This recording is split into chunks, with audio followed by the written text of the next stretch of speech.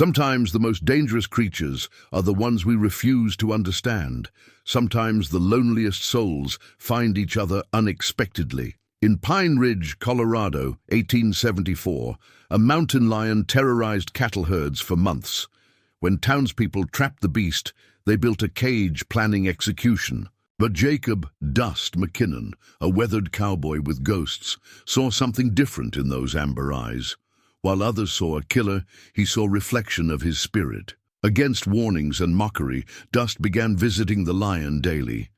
He spoke to it, fed it, and gave it a name. What started as curiosity became something deeper, a bond challenging everything the frontier stood for. When real danger threatens Pine Ridge, would this friendship prove salvation or destruction?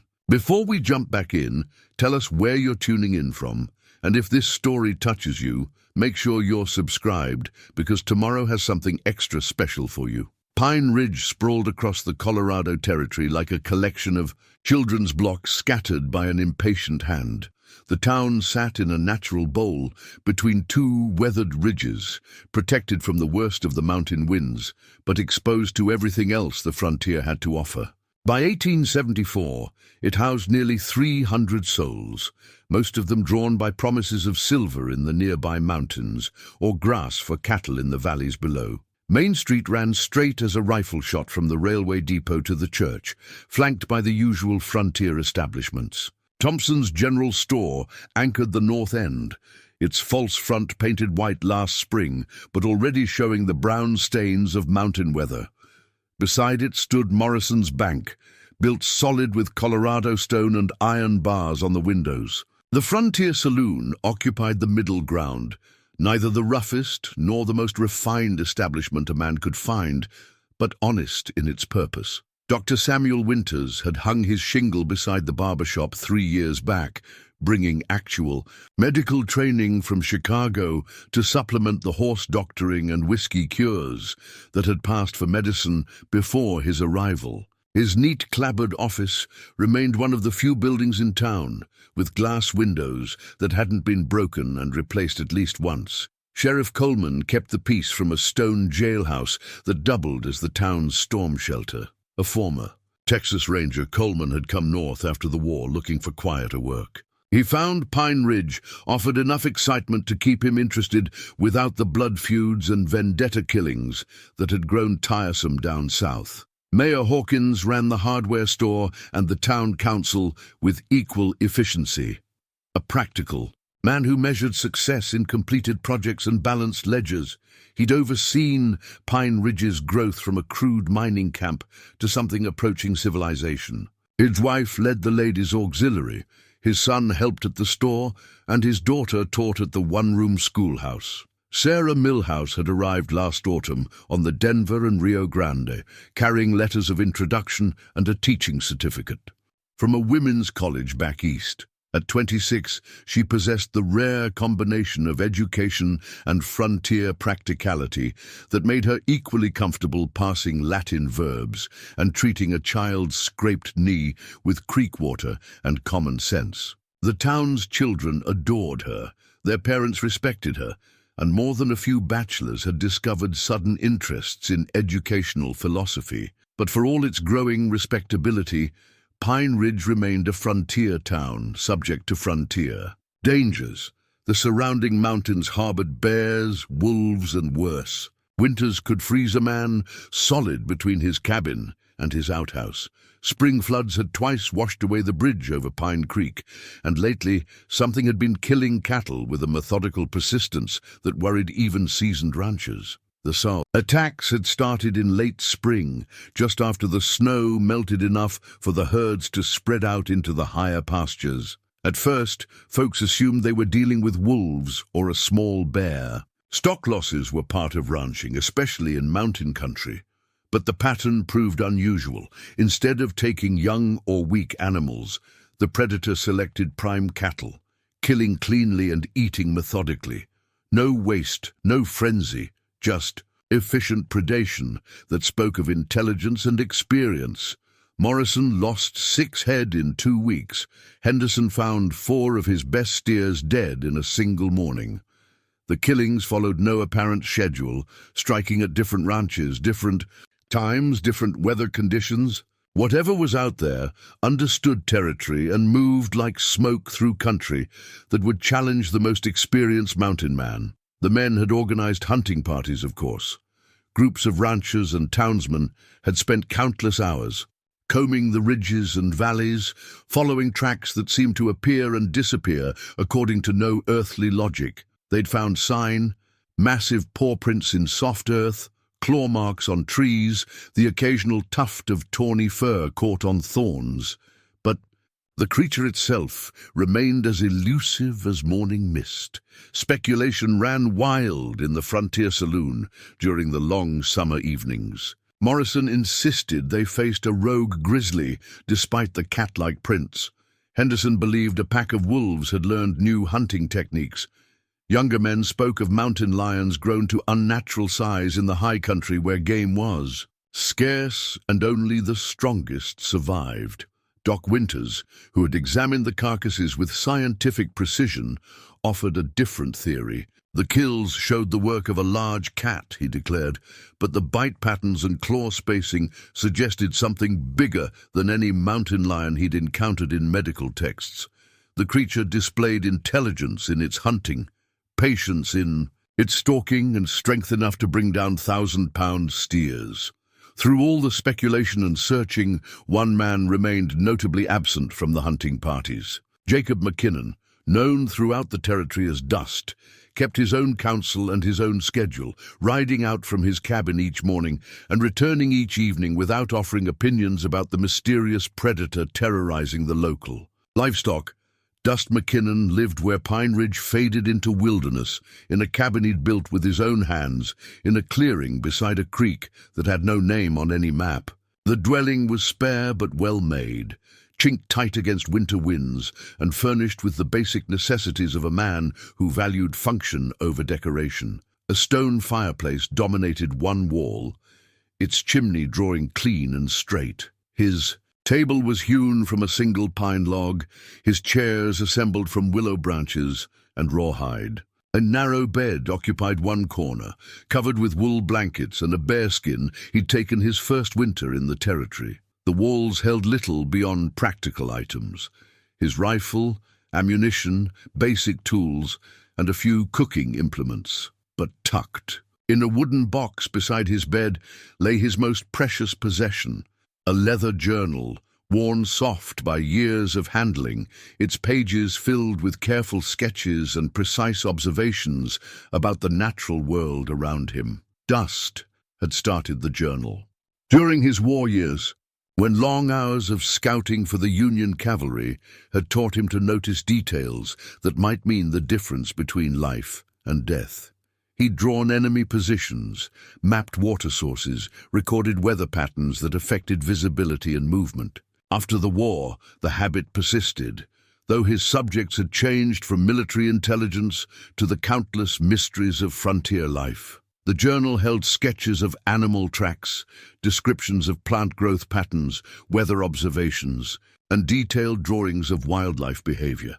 Dust possessed the rare gift of truly seeing what he looked at, whether tracking a wounded deer or studying the way morning light fell across mountain meadows. His drawings showed technical precision combined with an artist's eye for the telling detail. Those skills had made him invaluable as a cavalry scout during the war. While other men saw only empty landscape, Dust could read the story written in broken twigs, disturbed earth, and the nervous behavior of birds. He could predict where water might be found in dry country, which routes would prove passable in bad weather, and how many horses had passed along a trail days earlier. But those same skills had cost him dearly. The war had asked him to use his gifts for tracking men instead of animals, for predicting death instead of discovering life. He'd guided cavalry charges that left fields strewn with bodies, provided intelligence that led to ambushes, and watched good men die because his information had been incomplete or misunderstood. The war had ended 9 years ago, but Dust still carried its weight in the set of his shoulders and the careful way he chose his words. He'd come west, seeking distance from those memories, hoping to find peace in country where his skills could serve life rather than death. The mountains around Pine Ridge offered sanctuary for a man who preferred solitude to society, who found more honest company in the creek beside his cabin than in the opinions voiced nightly at the Frontier Saloon. Each morning, Dust would saddle Copper, a sturdy bay gelding with enough mountain sense to be trusted in rough country. The horse had been his companion for 5 years, purchased from a rancher near Denver who'd been impressed by Dust's quiet way with difficult animals. Copper possessed the intelligence and endurance needed for long days in wilderness terrain, plus the temperament to remain calm when predators were near. Their daily rides followed no set pattern, though Dust's journal entries revealed he was methodically exploring every ridge, valley and creek within 20 miles of Pine Ridge. He mapped game trails, documented seasonal changes, and studied the intricate relationships between predator and prey that governed life in the high country. His observations showed a deep understanding of natural cycles that few men possessed, and fewer still bothered to develop. The townspeople regarded Dust with a mixture of respect and puzzlement. His military service was known but not discussed. His skills as a tracker were acknowledged when men needed help finding strayed livestock or lost travelers. But his preference for solitude and his reluctance to join communal activities marked him as different in a place where cooperation often meant survival. Some attributed his reserve to war wounds, though he carried no visible scars.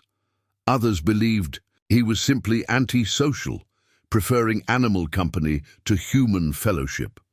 A few suspected he knew more about the mysterious cattle killings than he admitted, though none had courage enough to voice such speculation directly. Dr. Winters probably understood Dust better than most. The two men had developed a quiet friendship based on mutual respect for careful observation and logical thinking. Dust occasionally brought injured animals to the doctor's office, believing medical knowledge could be adapted to veterinary purposes. In return, Doc Winters had treated Dust's occasional injuries with professional discretion and personal kindness.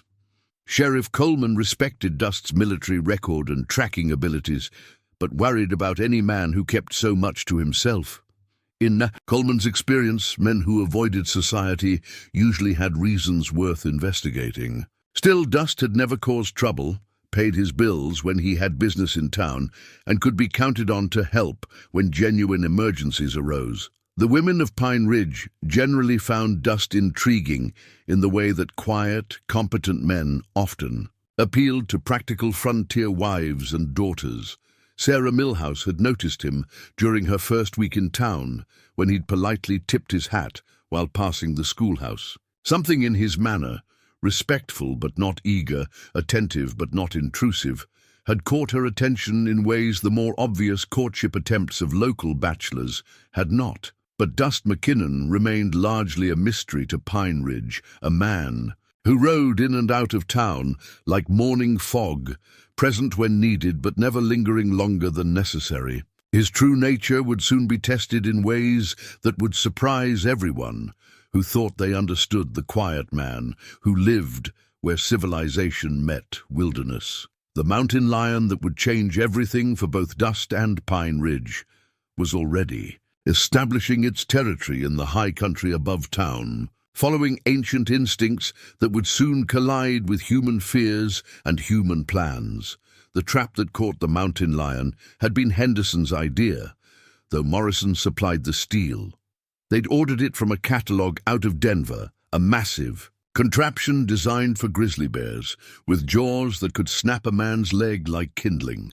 The device weighed over 40 pounds and required 2 strong men to set properly, but it promised to hold anything short of a locomotive. Henderson had positioned it along a game trail that showed fresh cat sign near a water source where the predator seemed to hunt regularly. For 3 weeks, the trap waited with the patience of steel and springs, gathering dust and morning dew, while the mountain lion continued its methodical raids on cattle herds throughout the valley. The morning Henderson found the trap sprung, his first thought was that he'd caught a bear. The thrashing and snarling echoing from the grove of aspens sounded like nothing he'd ever heard. Too deep for a wolf, too fierce for a deer, too sustained for anything that might have stumbled into the steel jaws by accident. When he pushed through the undergrowth and saw what he'd captured, Henderson's second thought was to reach for his rifle. The mountain lion stretched over 7 feet from nose to tail, with shoulders that would challenge a small horse, and claws that had gouged furrows in the earth around the trap. Its tawny coat was marked with scars from territorial battles, and its amber eyes held an intelligence that made Henderson's skin crawl. The cat had been caught cleanly, the trap's jaws clamping across its right front paw without breaking bone. But it had fought the restraint with such fury that the surrounding area looked like a battlefield. Saplings were stripped of bark, rocks had been clawed from the earth, and the trap's chain, secured to a massive pine trunk, had been stretched to its limit. Henderson backed away slowly, rifle ready, but recognizing that shooting the lion here would solve only part of the problem. The townspeople deserved to see what had been terrorizing their livestock. More importantly, they needed to decide collectively how to handle such a dangerous predator. Individual action might kill the cat, but communal decision-making would help prevent future problems. Within an hour, half of Pine Ridge had gathered around the trapped lion. Men arrived with rifles and rope, women brought children to see the monster that had frightened them through the long summer months, and everyone had opinions about what should be done next. The lion had exhausted itself fighting the trap and now lay panting in whatever shade it could find, though its eyes tracked every movement among the growing crowd. Blood stained the steel jaws, but the injury appeared manageable. Painful but not life-threatening, the cat would survive long enough for whatever fate the townspeople decided. "Biggest damn cat I ever saw," Morrison declared, keeping well back from the creature's reach. "Look at the size of those paws. No wonder it could take down full-grown steers." "Question is what we do with it now," Henderson replied. "Can't leave it here indefinitely, and I'm not keen on getting close enough to set it loose." Sheriff Coleman studied the situation with professional interest. "We could shoot it where it lies. Quick, clean, problem solved." "Waste of a magnificent animal," Dr. Winters observed. "How often do we get a chance to study such a specimen? Look at the muscle development, the scarring patterns. This cat has survived years of territorial battles. It could teach us things about mountain lion behavior that books never could." "Teach us what?" Morrison snorted. "How to kill cattle more efficiently." "Doc, that thing is a menace. Best thing we can do is put it down and be done with it." The debate continued for over an hour, voices rising and falling as neighbors weighed. Practical concerns against curiosity, fear against fascination. Children pressed closer despite their parents' warnings, drawn by the elemental magnetism of a creature that embodied everything wild and dangerous about the frontier. Mayor Hawkins arrived near noon, having been summoned from a council meeting. By his breathless youngest son, he examined the trapped lion with the methodical attention he brought to all civic problems, considering options and consequences with the care of a man whose decisions affected the entire community. "We need to think this through properly," Hawkins announced. "Too important a decision to make, standing around in the heat. I'm calling a town meeting for tonight. We'll discuss our options and vote on the best course of action." "What about the cat?" Henderson asked. "Can't leave it in the trap much longer. Look at that paw, it's swelling already." "We'll need to transfer it to something more suitable for holding," Hawkins replied. "Something that won't cause further injury while we debate." The solution came from an unexpected source. Thomas Murphy, the town's blacksmith, had been listening quietly while examining the trap mechanism. "I could build a cage," he offered. "Got enough iron stock and timber to make something sturdy. Take me most of the afternoon, but it would hold the cat safely until you decide what to do with it." By evening, Murphy had constructed a cage that would have held a small bear, 8 feet long, 4 feet wide, 6 feet high, built from heavy timber and iron bars with a door that latched securely. The structure sat at the edge of town, positioned where everyone could see it, but far enough from homes to minimize danger if something went wrong. Moving the lion from trap to cage had required careful planning and considerable courage. Dr. Winters had prepared a sedative solution that could be delivered by dart, though he admitted uncertainty about proper dosages for mountain lions. Sheriff Coleman had recruited 6 volunteers with rifles to provide backup if the transfer went badly. In the end, the operation proceeded more smoothly than anyone expected. The sedative took effect gradually, leaving the cat conscious but manageable. A team of volunteers used ropes and poles to guide the drowsy predator into its new confinement, where it collapsed in one corner and regarded its captors with eyes that promised future retribution. The town meeting that evening filled Thompson's store to capacity and spilled onto the street outside. Every adult in Pine Ridge had an opinion about the mountain lion's fate, and most intended to voice those opinions regardless of how long the meeting lasted. The debate followed predictable lines. Ranchers wanted the animal destroyed immediately, viewing it as a direct threat to their livelihoods. Business owners worried about the cost and effort of maintaining a dangerous predator indefinitely. Families with children feared what might happen if the cage proved inadequate or the lion escaped. But Dr. Winters argued persuasively for patience and study. This cat represents years of adaptation to our specific terrain and hunting conditions, he explained. Understanding its behavior patterns could help us predict and prevent future problems with other predators. We might learn things that would benefit every rancher in the territory. Sarah Milhouse supported the doctor's position, though her reasons were more philosophical than practical. "We share this land with creatures that were here long before us," she said. "Surely we can spare a few days to understand one of them better before we decide its fate." The discussion continued past 10 o'clock, with arguments growing more heated as neighbors who had lived peacefully for years found themselves on opposite sides of a question that touched deep beliefs about man's relationship with nature. Some saw the lion as a problem to be solved efficiently. Others viewed it as a mystery worth investigating. Through it all, Jacob McKinnon sat in the back of the store, listening but not participating. When Mayor Hawkins finally called for opinions from anyone who hadn't yet spoken, most eyes turned toward the quiet man, whose tracking skills had helped many of them recover lost stock or find missing travelers. "Dust," Hawkins said. "You know these mountains better than anyone. What do you think we should do with our prisoner?" McKinnon rose slowly, his weathered face thoughtful in the lamplight. When he spoke, his voice carried the authority of a man who had spent years observing the natural world with scientific precision. "Cat, that size doesn't just appear overnight," he said. "Took years to grow that big, learn to hunt that well. Probably been in these mountains longer than most of us have been in Colorado. Seems to me we ought to understand what drove it to raid cattle before we decide whether killing it solves anything." "You saying we should just turn it loose?" Morrison demanded. "I'm saying we should learn what we can while we have the chance," Dust replied. "Dr. Winters is right. Opportunity like this doesn't come often. Give it a week or two. Study how it behaves, what it needs, why it hunted the way it did, then make a decision based on knowledge instead of fear." The vote that followed was closer than expected.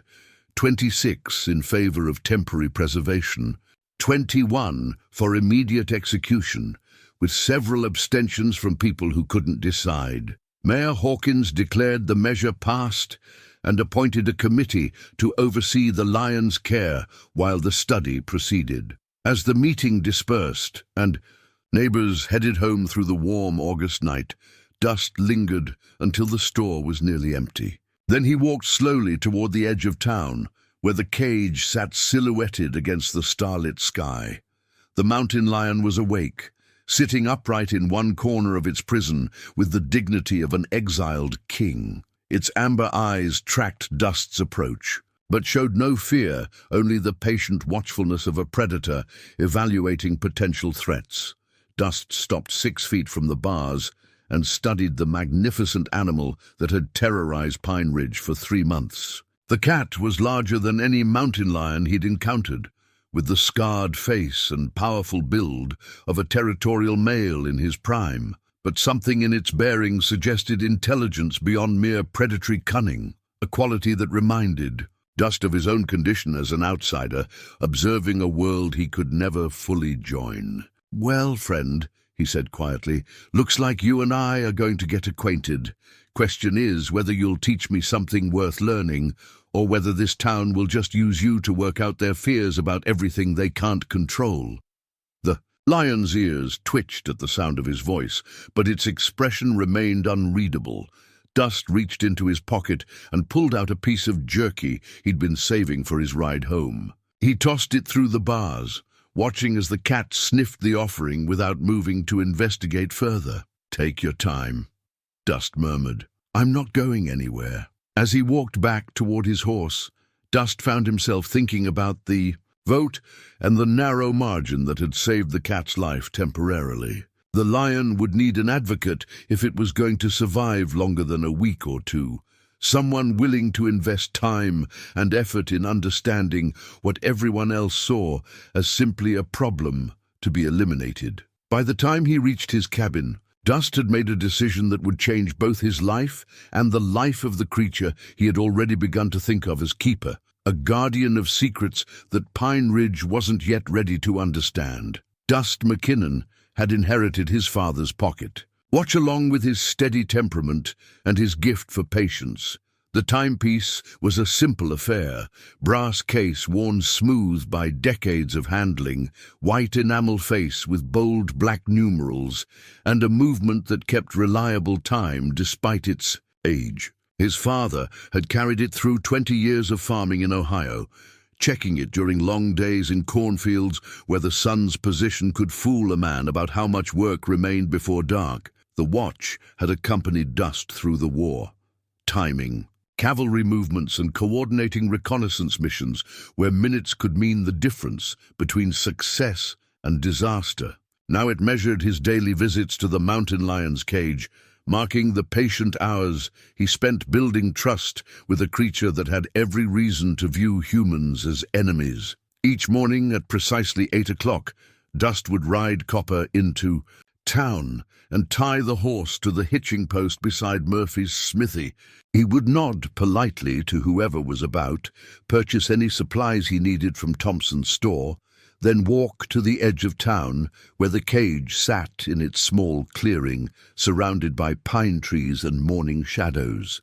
The routine never varied. Dust would position a camp stool he'd brought from home about 6 feet from the bars, far enough to respect the lion's space, but close enough to observe details of behavior and expression. He would sit quietly for the first 30 minutes, simply watching and letting Keeper grow accustomed to his presence. The lion had been wary at first, pacing restlessly whenever Dust arrived and maintaining constant vigilance until the human departed. But as days passed, Keeper began to settle more quickly, eventually reaching a point where he would simply observe Dust's arrival with alert but relaxed attention. Dust found the process familiar from his cavalry years when approaching wild horses required similar patience and respect. The key was presenting no threat while demonstrating reliability, arriving at the same time, maintaining the same distance, moving with the same calm deliberation that marked a man who understood the language of caution, that wild creatures spoke fluently. During those quiet morning sessions, Dust would pull out his leather journal and make careful observations about Keeper's condition and behavior. The lion appeared healthy despite his confinement, though the injured paw had healed with a slight limp that favored his left side. His coat remained glossy, his eyes clear, his movements coordinated despite the cramped quarters. More interesting were the subtle signs of intelligence that emerged as Keeper relaxed his guard. The lion would watch people passing on the street, with obvious interest, tracking their movements and cataloging their routines. Children drew particular attention, though Dust noted that Keeper's focus seemed more curious than predatory.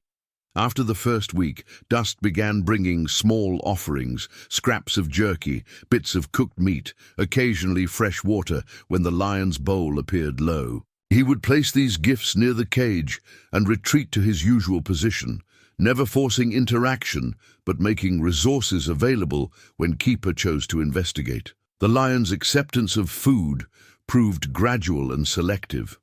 Keeper would ignore offerings for hours, then approach when he thought no one was watching. Dust learned to time his departures to give the lion privacy for eating, though he sometimes glimpsed Keeper consuming the gifts from a distance that suggested trust was beginning to develop. Sheriff Coleman made his concerns known during Dust's second week of visits. "You're playing with fire, McKinnon," the lawman warned.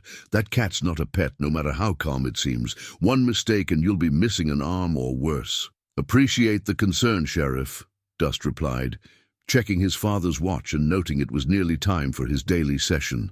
"But I've handled dangerous animals before. War taught me to read their intentions pretty well." "War horses and mountain lions aren't the same thing," Coleman protested. "Horse might throw you or bite. Cat like that will kill you without thinking twice about it." Dust understood the sheriff's worry, but his experience suggested otherwise. During his cavalry years, he'd encountered bears, wolves, and various wild cats while scouting through wilderness terrain. The key to survival was recognizing that these creatures operated according to logical principles.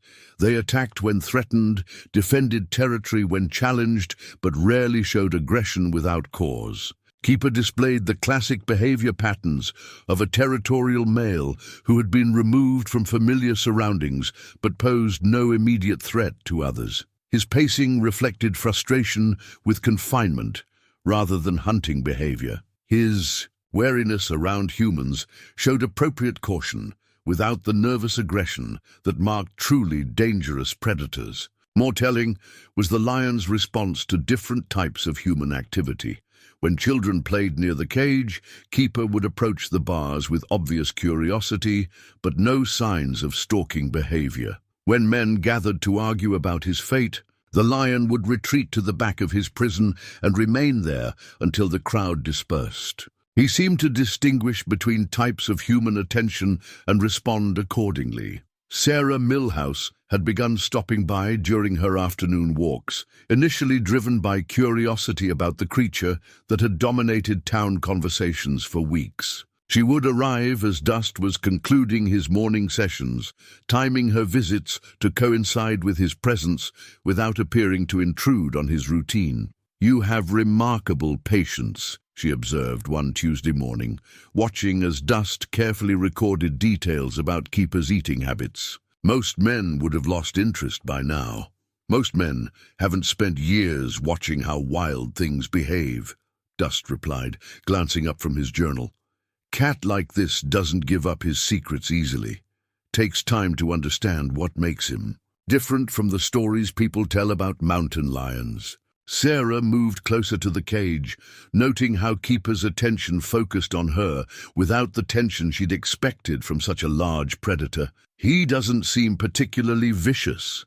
More like he's studying us as much as we're studying him." "That's exactly what he's doing," Dust confirmed. "Question is what he's learning about us and whether it makes him more or less likely to cause problems if we eventually turn him loose." Their conversations became a regular feature of Dust's visits, though Sarah was careful not to interfere with his methodical observations. She brought a teacher's curiosity to the situation, asking questions about animal behavior that forced Dust to articulate knowledge he usually kept to himself. "Why doesn't he try to escape?" she asked one morning, watching as Keeper tested the strength of various bars without any real effort to break free. "Because he's smart enough to know it wouldn't work," Dust explained. "Cat that size didn't survive in mountain country by wasting energy on impossible tasks. He's probably already figured out how strong the cage is and decided to wait for better opportunities." "That's rather unsettling," Sarah admitted. "You're suggesting he's planning ahead." "All predators plan ahead to some degree," Dust said. "Question is how far ahead this particular cat can think and what he'll do if he gets the chance to implement his plans." As word of Keeper's docile behavior spread through Pine Ridge, some townspeople began questioning their initial fear and anger. Mrs. Thompson admitted she'd walked past the cage several times without feeling threatened. Doc Winters reported that the lion appeared calm and healthy during his medical observations. Even Henderson acknowledged that Keeper seemed more interested in watching than menacing the people who visited his prison.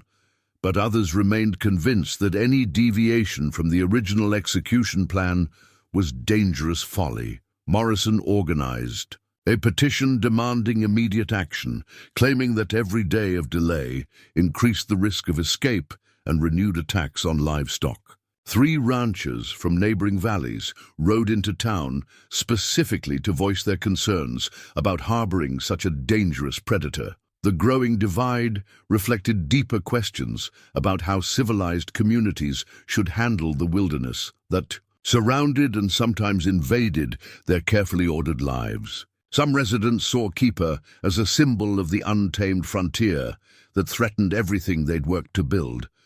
Others viewed him as a representative of the natural world they'd come to Colorado to experience. Through it all, Dust continued his patient sessions, building understanding one careful observation at a time. His father's pocket watch marked the passage of hours spent learning to communicate across the vast gulf that separated human civilization from wild nature. While Keeper began to recognize the rhythms of kindness that differed so markedly from the fear and hostility he'd encountered from other members of Dust's species. The piece of jerky that changed everything between Dust and Keeper was nothing special, just a strip of dried beef from Dust's own supplies, seasoned with salt and hung in his cabin's rafters until it reached the proper texture. But it represented the first time the mountain lion had accepted food directly from human hands, marking a breakthrough in trust that neither man nor beast had expected. The moment occurred during Dust's 3rd week of daily visits, on a morning when autumn's first chill had settled into the valley overnight. Keeper had been restless, pacing the confines of his cage with unusual energy that suggested the changing weather had triggered some instinctive response to seasonal rhythms.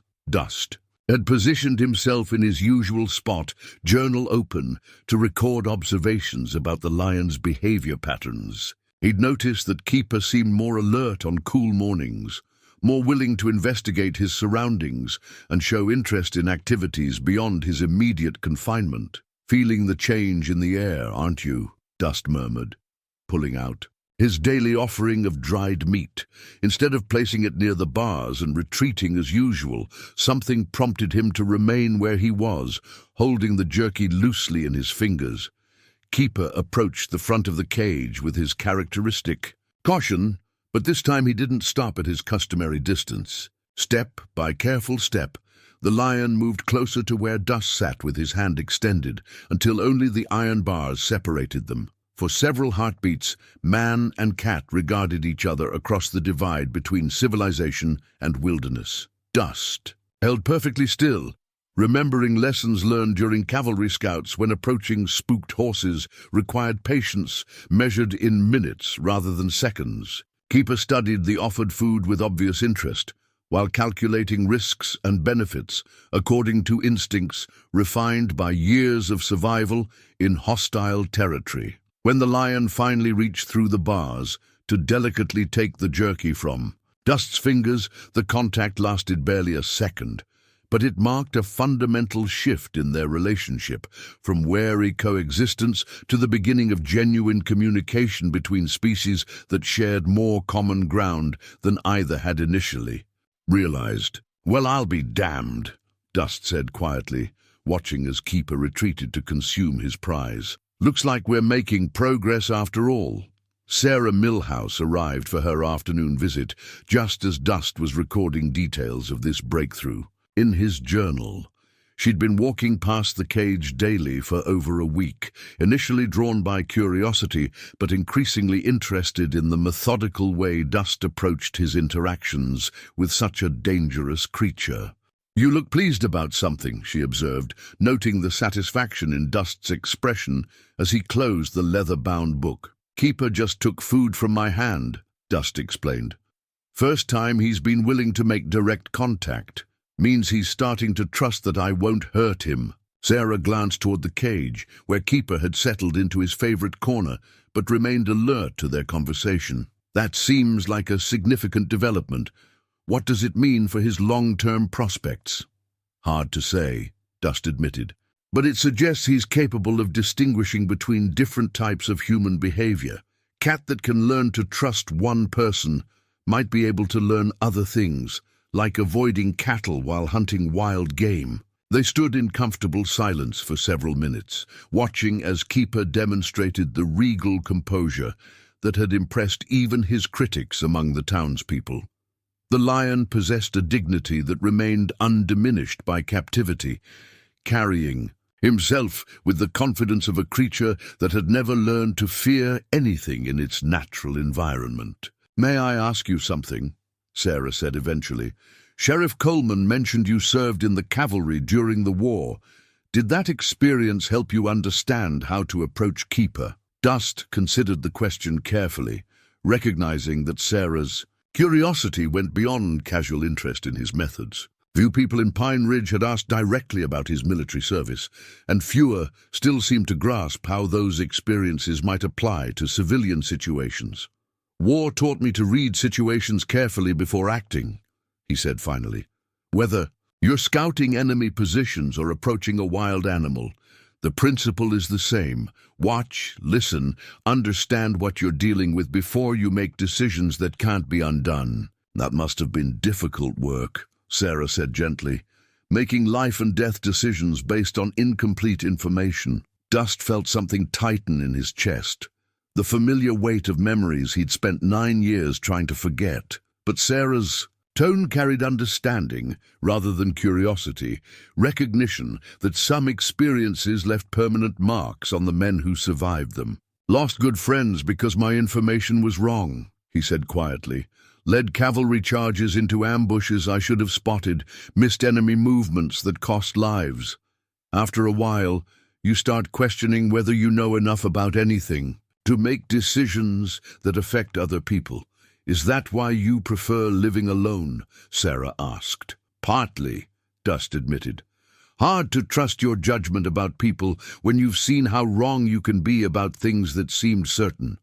They watched as Keeper rose from his corner and approached the front of the cage again, clearly hoping for additional food offerings. The lion's behavior had grown noticeably more relaxed during recent days, showing less of the nervous pacing that had characterized his first weeks in captivity. "He seems to trust your judgment," Sarah observed. "Animals are easier to read than people," Dust replied. "Cat-like Keeper operates according to logical principles. He's hungry, he's territorial, he's cautious about threats. Humans have all sorts of complicated motivations that don't always make sense." Dr. Winters joined them as they continued their conversation, carrying his medical bag and wearing the expression of scientific curiosity that marked his daily examinations of Pine Ridge's unusual prisoner. "Afternoon, folks," he said cheerfully. "How's our patient today?" "Just accepted food from Dust's hand for the first time," Sarah reported. "Seems like a significant milestone." Doc Winters examined Keeper with professional interest, noting the lion's posture and general condition. "Physical healing appears complete," he announced. "That injured paw shows no signs of infection or ongoing problems. More importantly, his overall behavior suggests he's adapting well to captivity without losing his essential wildness." "What does that mean in practical terms?" Sarah asked. "It means he's learning to tolerate human presence without becoming domesticated," Dust explained. "Still a wild animal, but one that's figured out we're not necessarily threats to be avoided or enemies to be fought." The implications of Keeper's behavioral changes had not gone unnoticed by other residents of Pine Ridge. Mayor Hawkins had been fielding questions and complaints from various factions that wanted immediate resolution of the mountain lion situation. Some citizens worried about the cost of maintaining the cage and feeding its occupant indefinitely. Others feared that Keeper's apparent docility was merely a ruse designed to lower their guard before he attempted escape. But the most vocal opposition came from ranchers, who believed that any delay in executing the captured predator sent the wrong message to other mountain lions in the area. Morrison had organized a group of neighboring cattlemen who demanded immediate action, arguing that tolerance for one killer cat would encourage attacks by others. "Every day we keep that thing alive is another day it's planning how to get loose and finish what it started," Morrison declared during an impromptu gathering outside Thompson's store. "Mark my words, we'll regret this soft-hearted nonsense when it breaks free and kills someone." Mayor Hawkins found himself caught between competing pressures that reflected deeper divisions within the community about how to balance human safety with respect for the natural world. The original town meeting had authorized a brief study period, but that time was nearly expired, and no clear consensus had emerged about Keeper's ultimate fate. Dr. Winters had documented the lion's medical condition and behavioral patterns with scientific precision, but his reports raised as many questions as they answered. Keeper appeared healthy and intelligent, capable of learning and adaptation, but whether those qualities made him more or less dangerous remained a matter of interpretation. As evening approached and Sarah prepared to return to town, she turned to Dust with a question that had been forming during their afternoon conversation. "Do you think he remembers being wild?" she asked, watching as Keeper settled into his evening routine of surveying his surroundings before resting. "I think he dreams about it," Dust replied, remembering his own dreams of cavalry charges and mountain meadows that seemed equally distant from his current life. Question is whether those dreams make him more likely to adapt to this situation or more determined to escape from it. The jerky that Keeper had accepted from Dust's fingers represented more than just food. It was a token of communication between two creatures that had learned to recognize something familiar in each other's exile from the worlds they had once known. Whether that recognition would prove to be salvation or destruction remained to be discovered in the days ahead, when the fragile trust they were building would face tests that neither man nor lion could yet imagine. Sarah Milhouse had always used her teaching slate for lessons in arithmetic and spelling, but lately it had become a canvas for documenting the behavioral patterns of Pine Ridge's most controversial resident.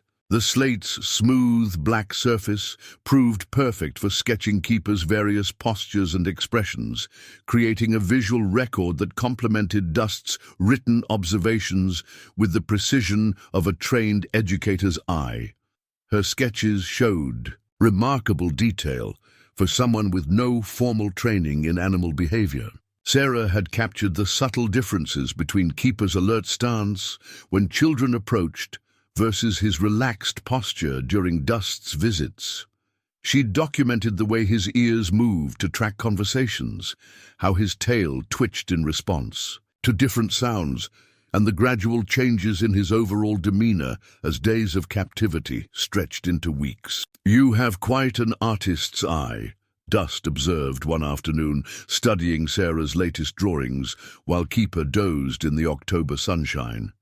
"These sketches show things I've been noting in my journal, but seeing them drawn out makes the patterns clearer. Teaching requires close observation," Sarah replied, adding details to a sketch of Keeper's face that captured the intelligence in his amber eyes. "You learn to notice when children are genuinely confused versus when they're simply not paying attention. Animals aren't so different. Their expressions tell you what they're thinking if you know how to look." Their collaboration had developed naturally over several weeks of shared visits to the cage. Sarah would arrive as Dust concluded his morning sessions, bringing questions that prompted him to articulate insights he usually kept to himself. In return, her systematic approach to documentation helped organize observations that might otherwise have remained scattered impressions. More importantly, their conversations had begun revealing aspects of Dust's past that he rarely discussed with anyone. The gradual erosion of his customary reserve seemed connected to Keeper's presence, as if the lion's situation had triggered memories that demanded acknowledgement. "Lost my entire unit during the last year of the war," Dust said quietly one morning, watching as Keeper approached the front of his cage with the confidence that had developed since their first successful food exchange. 37 men under my command, good soldiers who trusted my scouting reports to keep them alive. Sarah paused in her sketching, recognizing the weight that accompanied such admissions. What happened? Confederate cavalry had changed their patrol patterns, Dust explained. I'd been watching the same routes for weeks, thought I understood how they moved through that particular valley. When I recommended an attack route, I based it on outdated information, led my boys straight into an ambush that killed most of them in the first 5 minutes. The pain in his voice carried 9 years of accumulated guilt, the burden of decisions that couldn't be undone, and consequences that couldn't be forgotten. Sarah understood why Dust had chosen isolation over the civilian life that most veterans had resumed after the war's end. "The survivors blamed you," she asked gently. "Survivors praised me," Dust said with bitter irony.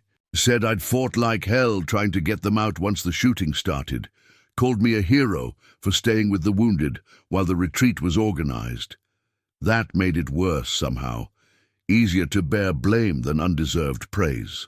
They watched as Keeper demonstrated the latest development in his relationship with Dust, approaching close enough to the bars that his whiskers almost touched the iron, showing none of the wariness that had characterized their early interactions. The lion's growing comfort with human proximity represented a trust that few people would have believed possible when he'd first been caged. "He doesn't seem to hold grudges," Sarah observed. "Animals don't have the luxury of dwelling on past mistakes," Dust replied.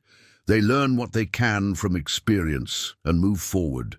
Humans are the only creatures that torture themselves with memories of things they can't change." The children of Pine Ridge had begun incorporating Keeper into their daily routines, though their parents maintained strict rules about approaching the cage. Groups of youngsters would gather at a safe distance during recess from Sarah's school, fascinated by the magnificent predator who had become a living part of their frontier education. Keeper seemed to enjoy the attention, often positioning himself where the children could see him clearly and responding to their voices with obvious interest. His behavior around young humans differed markedly from his reactions to adult visitors, more relaxed, less guarded, as if he recognized that small people posed no threat to his dignity or safety. "Look how he watches them," Sarah said, sketching. Keeper's posture as he observed a group of children playing tag near the cage. There's no predatory tension, no hunting behavior. He's simply curious about creatures that are small enough to remind him of young animals in the wild. "Makes sense," Dust agreed. "Mountain lions are protective of their own cubs, probably sees human children as something similar. Interesting but not threatening." But not everyone in Pine Ridge shared their optimistic interpretation of Keeper's behavior. Morrison had discovered 3 more cattle missing from his upper pasture the previous week, and he'd immediately blamed the mountain lion, despite the obvious impossibility of such an accusation. "That cat's got accomplices," Morrison declared during a heated discussion outside the bank. "Probably been teaching other lions how to hunt cattle more efficiently. Every day we keep him alive is another day he's spreading his knowledge to the rest of the pack." Dr. Winters had attempted to explain that mountain lions were solitary creatures who didn't form packs or engage in group hunting, but Morrison's anger overwhelmed scientific accuracy. The continued cattle losses had reignited fears that Pine Ridge faced ongoing predator problems that wouldn't be solved by capturing a single animal. Dust had privately begun suspecting that Morrison was correct about one thing: the cattle attacks were continuing. But his own tracking expeditions into the surrounding mountains suggested a different explanation than the one Morrison preferred. "Found fresh sign up near Copper Creek yesterday," he told Sarah during their afternoon session. "Big cat tracks, but not from Keeper. These prints are larger, deeper, made by something with more weight and longer claws." "You think there's another mountain lion?" Sarah asked, though her expression suggested she'd already reached the same conclusion. "Think there's always been another lion," Dust replied. "Bigger one, probably older and more experienced. Keeper might have been the younger animal, driven out of the best hunting territory by a dominant male." The implications of this theory were unsettling for everyone who had supported Keeper's temporary reprieve from execution. If the real cattle killer remained at large, while Pine Ridge debated the fate of an innocent prisoner, then the entire conflict had been based on mistaken assumptions about mountain lion behavior and territorial patterns. Dr. Winters had begun, conducting his own investigations, examining the most recent cattle kills with the systematic approach he brought to medical diagnoses. His findings supported Dust's suspicions. Bite patterns and claw marks indicated a predator significantly larger than Keeper, with different hunting techniques and feeding habits. The evidence suggests we may have captured the wrong animal, Doc Winters admitted during a private conversation with Dust and Sarah. But convincing the town council will require more proof than a few sketches and measurements. Their growing alliance represented an unusual partnership between practical experience, scientific method, and educational insight. Dust provided knowledge of animal behavior gained through years of wilderness observation. Doc Winters contributed medical expertise and analytical thinking. Sarah offered the systematic documentation skills that could transform scattered observations into persuasive evidence. But they faced the challenge of convincing a community that had already invested considerable emotion and effort in Keeper's capture. Admitting that Pine Ridge had imprisoned the wrong mountain lion would require acknowledging mistakes that some residents were not prepared to accept. "We need more than theories," Sarah said, reviewing her sketches and notes from several weeks of observation. "We need proof that Keeper isn't the cattle killer and evidence about what really has been attacking the herds." "Getting that proof means finding the real predator," Dust replied, "and that means venturing into country where a territorial male lion has been hunting successfully for months." As autumn deepened and the first snows began dusting the higher peaks, the question of Keeper's fate had become entangled with larger issues of justice, scientific understanding, and the courage required to admit error. The lion continued his patient wait in the cage, unaware that his survival might depend on proving his innocence of crimes he had never committed. Sarah's teaching slate had become a record of more than animal behavior. It documented the evolution of human understanding, capturing. Morrison's saddle had been his pride for over 8 years, custom-made by a craftsman in Denver from the finest leather the rancher could afford. The intricate tooling around the cantle and horn had cost extra, but Morrison considered it a worthwhile investment for equipment that would see daily use through decades of cattle work. Now the saddle lay in ruins on Doc Winters' examination table, its destruction providing the first concrete evidence that Keeper might not be the predator terrorizing Pine Ridge's livestock. The attack had occurred during Morrison's morning ride to check his upper pasture, where recent cattle losses had made him increasingly cautious about venturing alone. But familiarity with his own land had bred overconfidence. Morrison had ridden the same trails for years without encountering anything more dangerous than an occasional black bear or rattlesnake. The mountain lion had appeared without warning, emerging from a cluster of boulders beside the trail with the explosive power that marked an apex predator in its prime. Morrison's horse had spooked sideways, unseating its rider and bolting toward home with the empty saddle bouncing against its flanks. The rancher had scrambled behind the nearest tree just as massive claws raked across the leather where he'd been sitting moments before. "Biggest cat I ever saw," Morrison reported to the crowd that gathered outside Doc Winters' office. "Made Keeper look like a house pet. Had to be 8 feet long, maybe more, with shoulders like a bull. If my horse hadn't shied when it did, that thing would have taken my head clean off." The physical evidence supported Morrison's dramatic account. 4 parallel gashes had torn through the saddle's thick leather as if it were paper, penetrating deep enough to score the wooden tree beneath. The spacing between claw marks exceeded anything that Keeper could have produced, suggesting a predator with significantly larger paws and more powerful hindquarters for leaping attacks. Dr. Winters examined the damaged saddle with the meticulous attention he brought to medical diagnoses, measuring the claw spacing and depth of penetration, while Morrison provided details about the encounter. The evidence painted a picture of a mountain lion that dwarfed Keeper in both size and aggression. These claw marks are nearly 5 inches from outside edge to outside edge, Doc Winters announced. Keeper's paws measure just over 3 inches. We're dealing with a much larger animal, probably an adult male in his territorial prime. Word of Morrison's encounter spread through Pine Ridge faster than wildfire, triggering heated debates about the town's handling of the mountain lion situation. Some residents demanded immediate release of Keeper, arguing that holding an innocent animal was both cruel and pointless. Others insisted that one dangerous cat was enough reason to eliminate any captured predator, regardless of guilt or innocence. But the most significant response came from Dust McKinnon, who requested permission to examine Morrison's saddle and investigate the attack site. His tracking skills had earned respect throughout the territory, and his weeks of observing Keeper had given him unique insights into mountain lion behavior.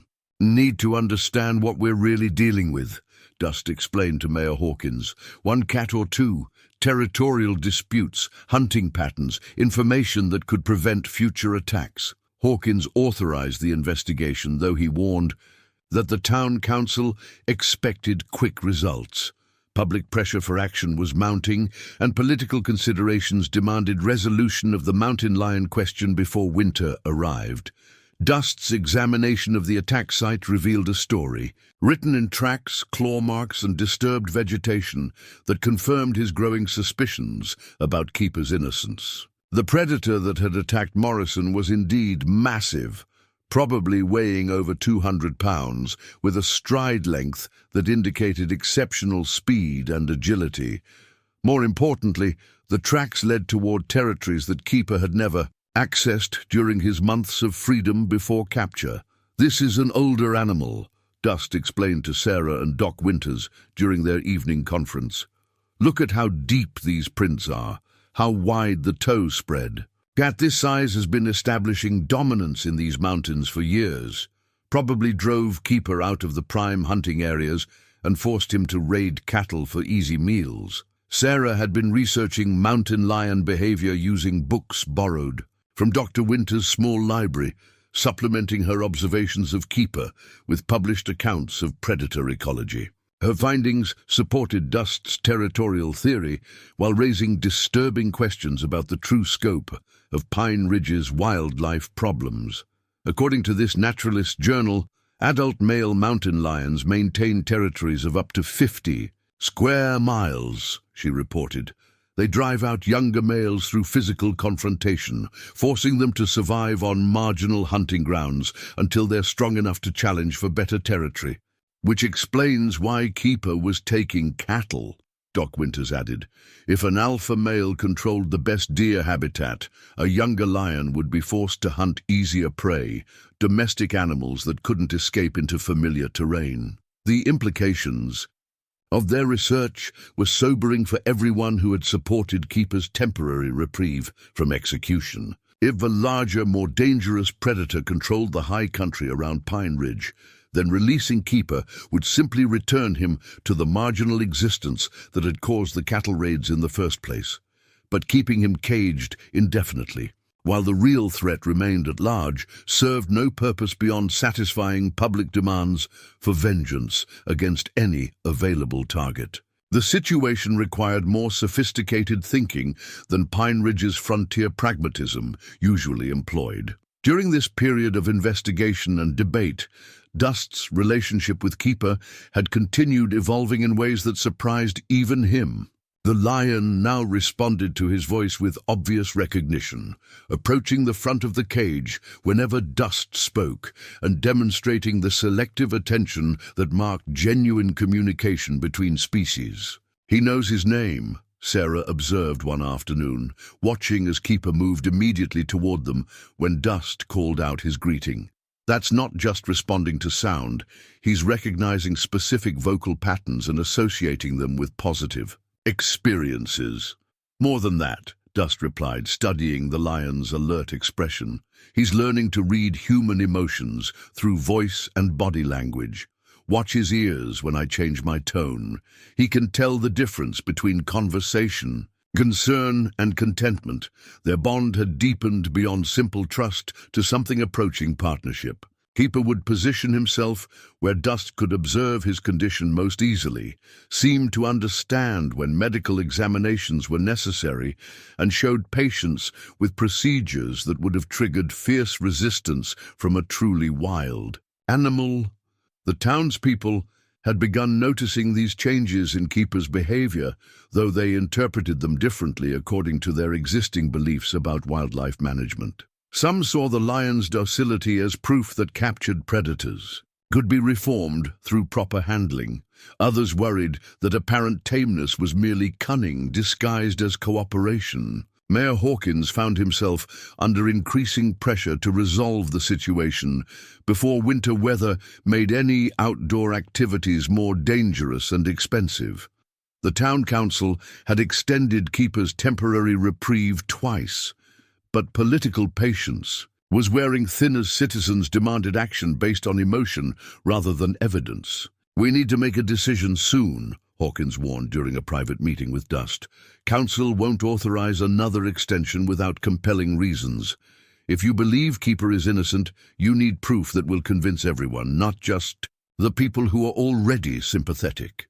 The proof they needed would require confronting the alpha male that had been terrorizing livestock while Keeper remained safely caged. Such an encounter would be dangerous for anyone involved, but it represented the only way to demonstrate conclusively that Pine Ridge had captured the wrong mountain lion. Morrison's torn saddle provided the first piece of evidence that might save Keeper's life, but it would take more than damaged leather to convince a frightened community that mercy was wiser than vengeance. As winter approached and political pressure mounted, the fragile alliance between Dust, Sarah, and Doc Winters faced the challenge of proving innocence in a situation where fear often mattered more than facts. The claw marks that had shredded Morrison's saddle told a story of power and aggression that exceeded anything Keeper had ever displayed, even during his wildest moments of captivity. Whether that story would be enough to save the life of a lion who had learned to trust the humans who held his fate in their hands remained to be determined by events that would test everyone's courage in ways they could not yet imagine. The territorial markings that would change everything about Pine Ridge's understanding of its predator problem were discovered on a granite outcropping 2 miles north of town, where the morning sun illuminated claw scratches that told a story older and more complex than anyone had imagined. Dust found them during his systematic search for the alpha male's hunting territory, following tracks that had led him through increasingly wild country where few humans had ventured since the first trappers explored these mountains decades earlier. The scratches carved into the stone were massive, deep grooves that would have required extraordinary strength and determination to create. They extended from ground level to nearly 8 feet high, marking the furthest reach of a mountain lion, stretching to leave his signature on the permanent landscape. No animal made such territorial displays without supreme confidence in his ability to defend the claimed territory against all challenges.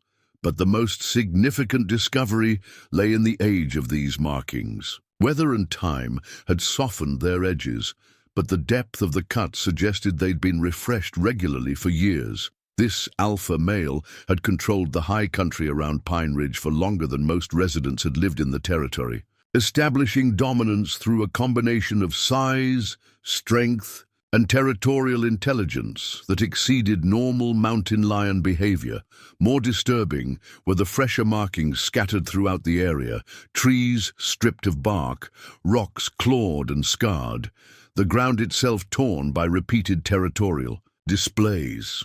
The alpha had been increasingly active in recent weeks, asserting his dominance with growing intensity that suggested some challenge to his authority had triggered heightened defensive behavior.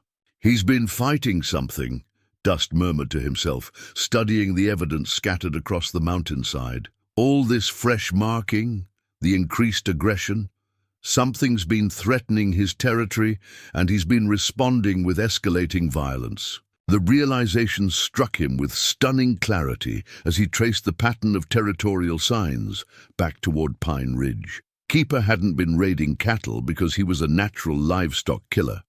He'd been driven into marginal hunting territory by the alpha's dominance, forced to take easy prey because the prime deer habitat remained under the larger cat's control. More significantly, Keeper's presence in the lower elevations had been serving as a buffer between the alpha and the human settlements.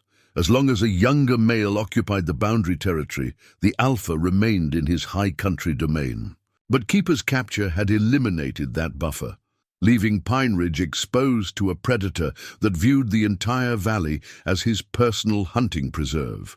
Dust's heart rate accelerated as the implications became clear. Pine Ridge hadn't captured their tormentor. They'd imprisoned their protector, removing the one barrier that had kept a truly dangerous predator away from their livestock, their children, and their town.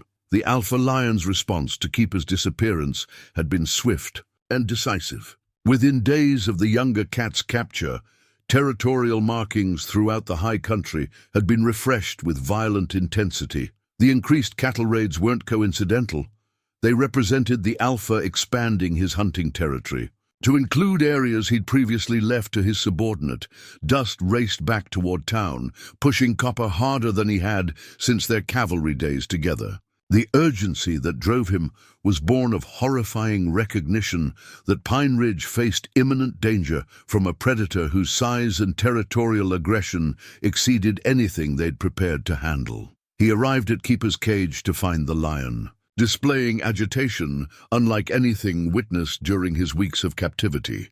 The normally composed cat paced restlessly, ears alert and nostrils flaring as he tested the air for scents that carried meaning beyond human understanding. "He knows," Dust said aloud, watching as Keeper pressed against the bars facing north, toward the high country. "He knows the alpha's getting closer." Dr. Winters arrived at the cage just as Dust was recording his observations about Keeper's unusual behavior. The doctor had been conducting his daily medical examination, but the lion's agitated state made normal procedures impossible. "I've never seen him like this," Doc Winters observed.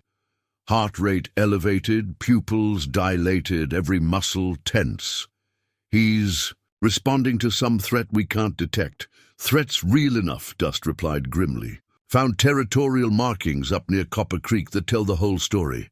We've been wrong about everything from the beginning." He explained his discoveries, while Keeper continued his anxious pacing, pausing occasionally to test the air with the focused intensity of a predator preparing for conflict. The lion's behavior provided living confirmation of Dust's theoretical conclusions about territorial dynamics and alpha dominance. Sarah arrived as Dust was describing the massive claw marks he'd found carved into granite, drawn by reports of unusual activity around the cage. She listened with growing alarm as the full scope of Pine Ridge's mistake became clear. "You're saying Keeper was protecting us?" she asked, studying the lion's agitated behavior with new understanding. "I'm saying he was maintaining a territorial boundary that kept something much worse away from town," Dust corrected. "Young male lions get driven out of prime habitat by dominant cats, but they don't just disappear. They establish buffer territories on the edges of alpha domains, hunting marginal areas while they grow strong enough to challenge for better territory.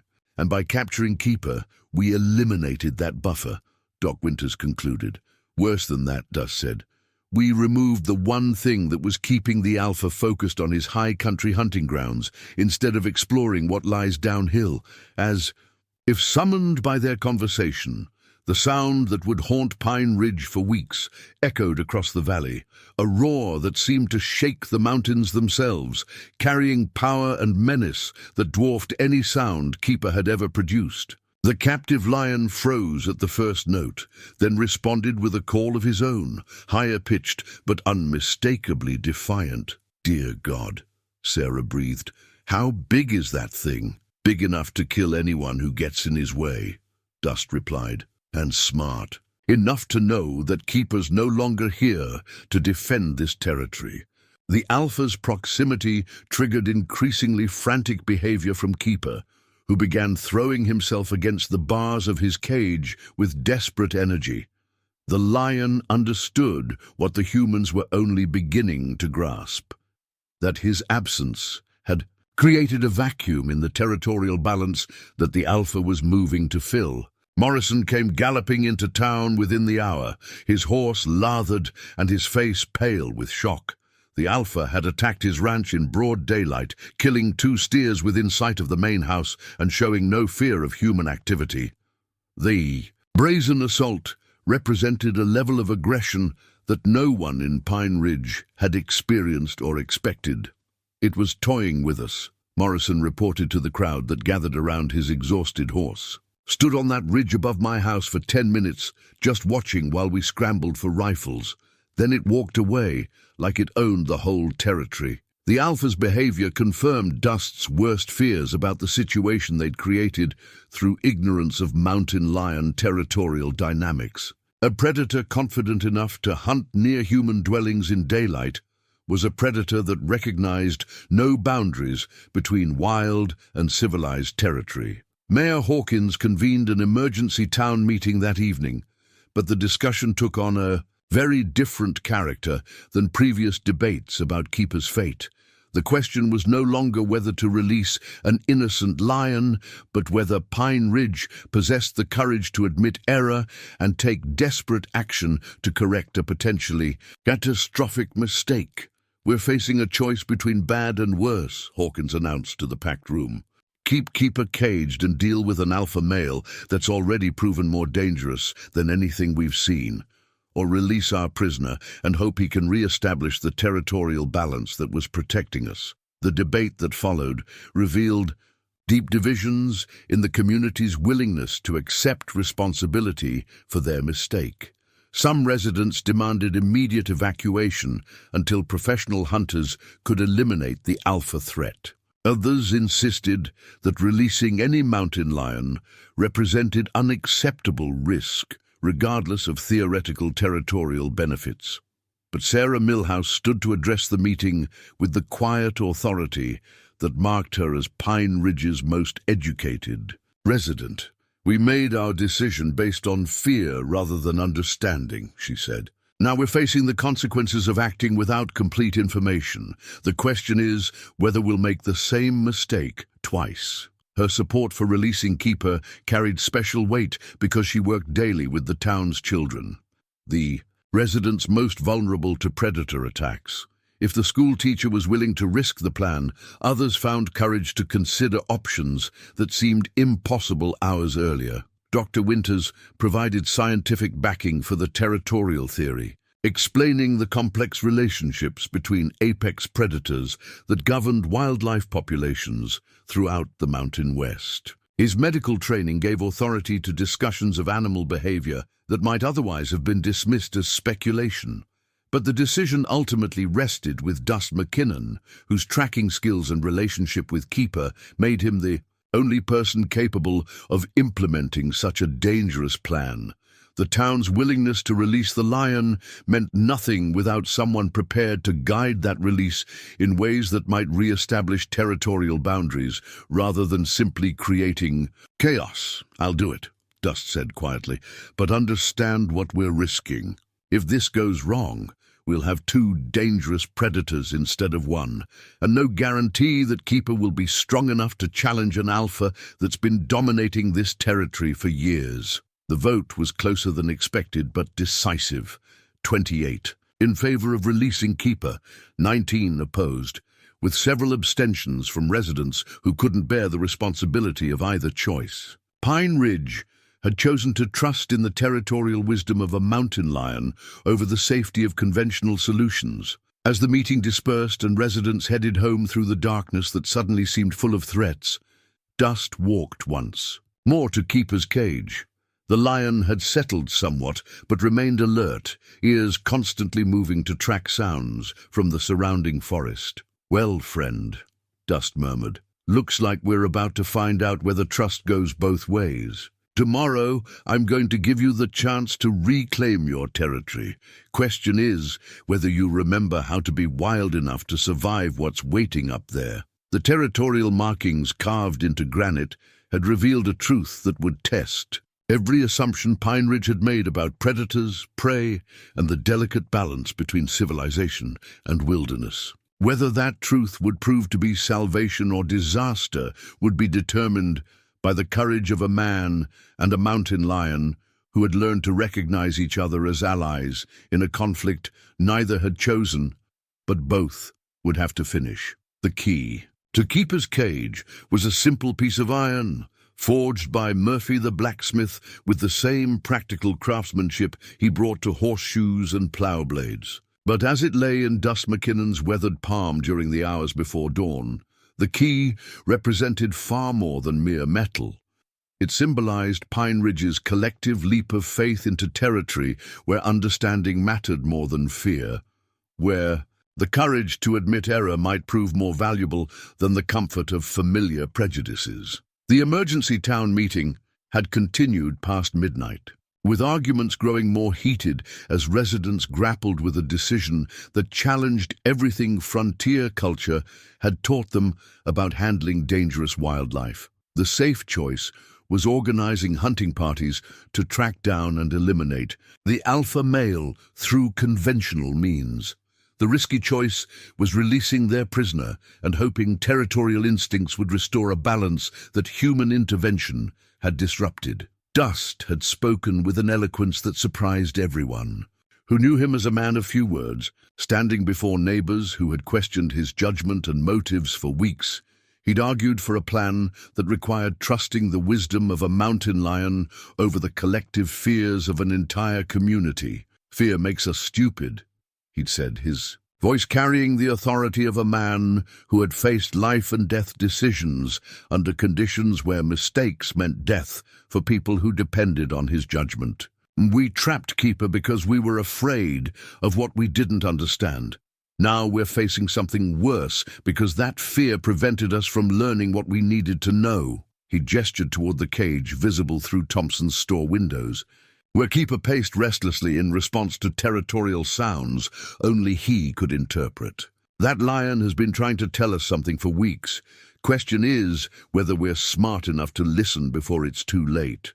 Sarah had provided testimony about Keeper's behavioral transformation that carried special weight because of her work with Pine Ridge's children. If anyone understood the difference between genuine docility and deceptive calm, it was the woman who managed 30 restless youngsters in a one-room schoolhouse. "I've watched him daily for over a month," she'd told the assembly.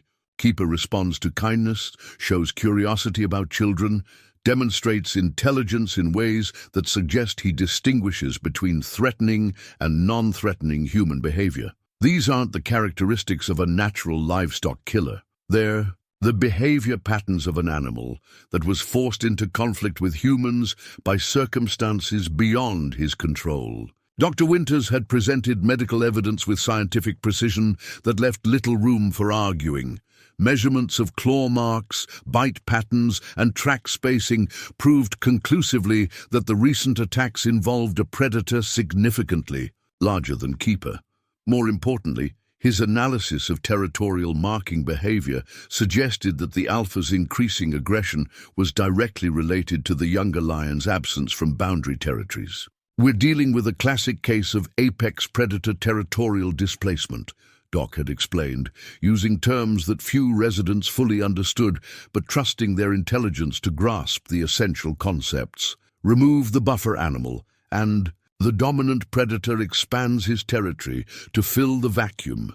In this case, that expansion includes areas where humans live and work. Sheriff Coleman had been the most reluctant supporter of Dust's plan, his law enforcement experience making him naturally skeptical of solutions that relied more on hope than firepower. But his Texas Ranger background had also taught him to recognize when conventional tactics were inadequate for unusual problems.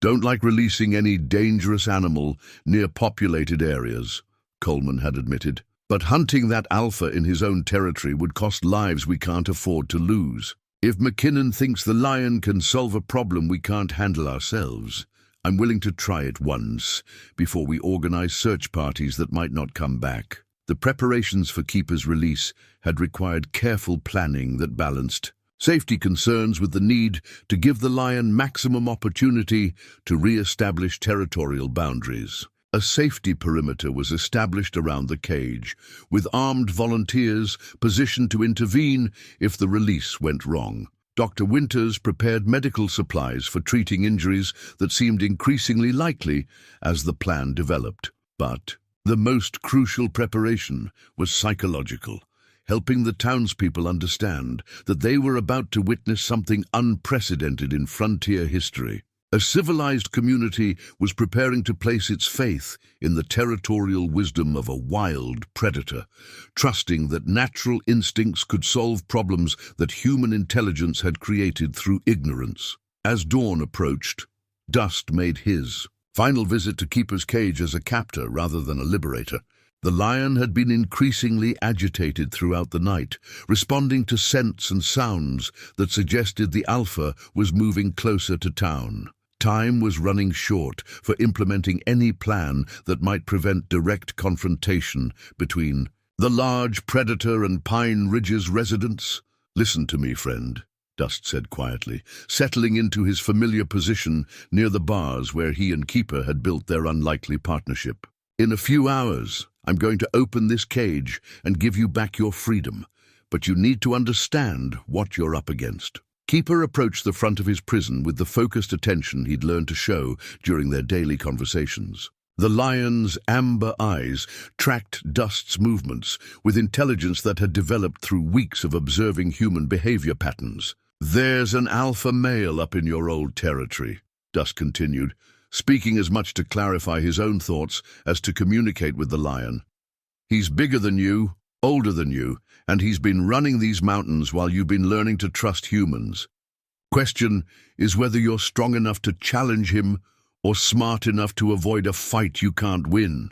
The moral weight of potentially sending Keeper to his death had been troubling Dust since the town meeting ended. The lion had learned to trust him through patient daily interactions that had broken down barriers between species that rarely attempted communication. Now that trust might lead Keeper into a territorial confrontation that could prove fatal for an animal who had spent crucial weeks in captivity while his opponent maintained fighting condition in the wild. But the alternative was accepting that Pine Ridge faced escalating danger from a predator that showed no fear of human activity.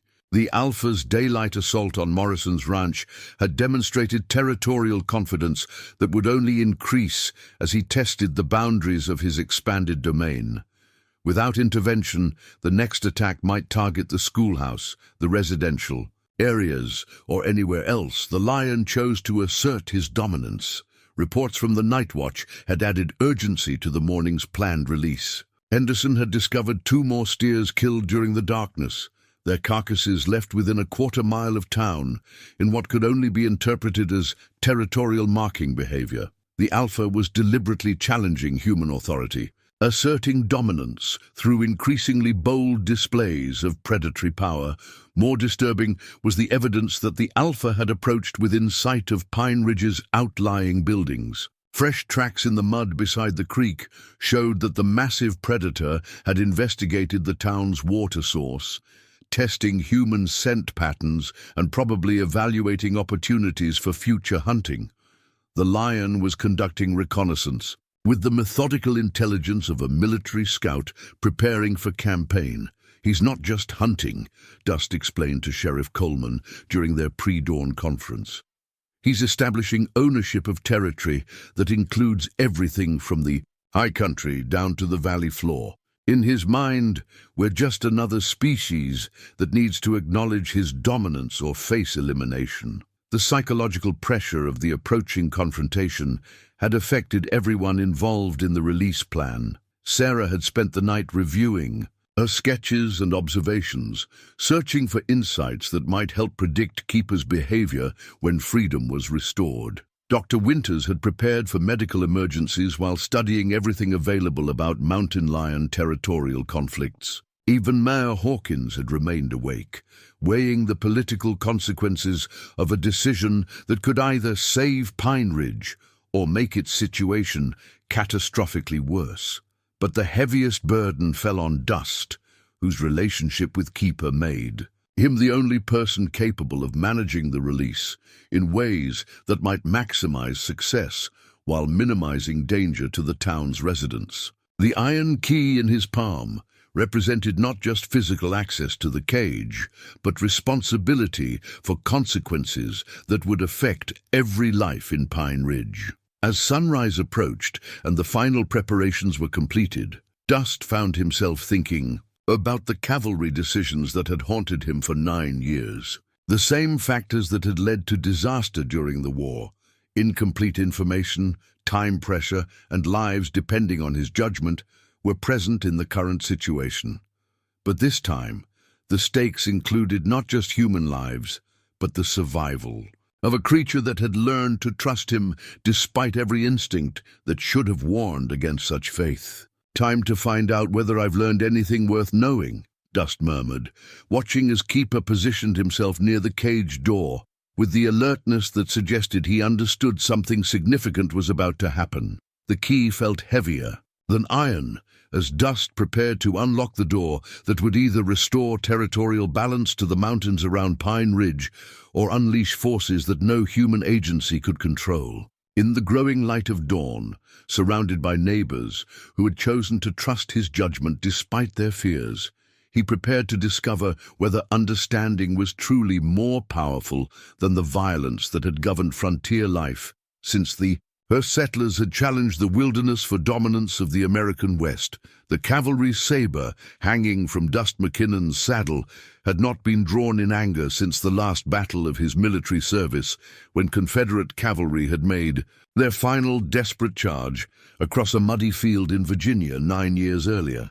The blade bore nicks from that engagement, small imperfections in the steel that reminded him daily of the violence he'd hoped to leave behind when he came west, seeking peace in the mountains of Colorado Territory. But as he prepared to release Keeper at first light, the familiar weight of the weapon provided reassurance that some tools remained reliable regardless of how much time passed between their use. The confrontation ahead would test every skill he'd acquired during years of cavalry service, requiring the same combination of courage, tactical thinking, and split-second decision-making that had kept him alive through 4 years of warfare.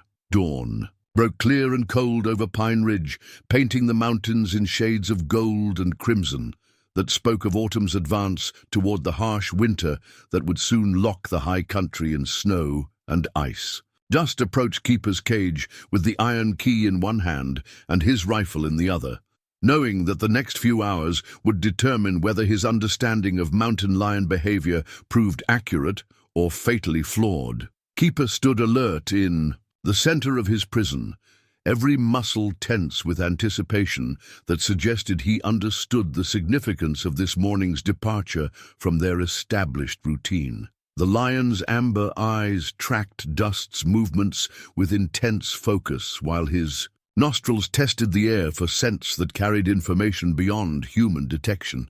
"This is it, friend," Dust said quietly, fitting the key into the lock with hands that remained steady despite the magnitude of what he was about to unleash. "Time to find out whether trust goes both ways." The lock opened with a metallic click that seemed to echo across the entire valley. For several heartbeats, neither man nor lion moved, both recognizing the irrevocable nature of the moment that separated captivity from freedom, safety from uncertainty. Keeper approached the door with careful steps, his powerful frame showing none of the aggressive enthusiasm that might have been expected from a predator.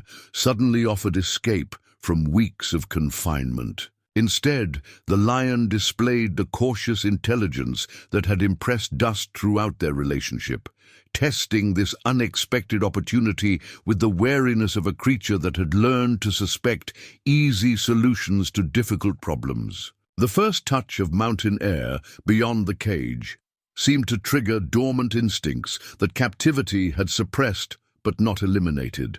Keeper's head lifted, his ears swiveling to capture sounds that carried meaning invisible to human senses. His nostrils flared as he processed scent information that told stories about territorial changes that had occurred during his absence from the wild. Then he caught the alpha's scent trail, and everything changed.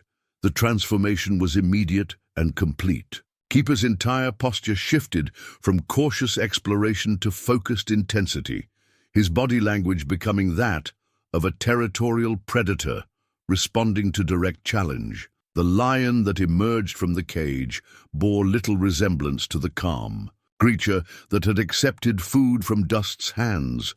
This was the wild animal that had survived years of mountain hunting before human fears had led to his capture. Keeper moved toward the forest with purposeful strides that revealed his familiarity with terrain he hadn't seen for weeks. His pace suggested urgency without panic, the controlled movement of a predator following instincts refined by generations of territorial competition. Dust mounted Copper and followed at a distance that provided observation without interference, trusting the horse's mountain sense to navigate terrain that would challenge any rider's skill. The bond between man and animal that had developed through years of wilderness travel proved essential as they tracked a route through country where a single misstep could prove fatal. The trail led toward the schoolhouse, where Sarah Milhouse was conducting morning lessons with Pine Ridge's children. Dust's heart rate accelerated as he realized the alpha had been investigating the town's most vulnerable residents, possibly planning an attack that would demonstrate his territorial dominance through maximum psychological impact. The massive lion appeared without warning on the ridge above the school, his tawny form silhouetted against the morning sky with regal composure that conveyed absolute confidence in his dominance over this territory. At over 8 feet in length and approaching 300 pounds, the alpha dwarfed every mountain lion Dust had encountered during years of wilderness observation. Sarah spotted the predator through the schoolhouse window and began implementing the emergency procedures that Pine Ridge had developed for exactly this situation. Her calm efficiency in evacuating 30 children to the church basement would later be remembered as one of the most courageous acts in the town's history,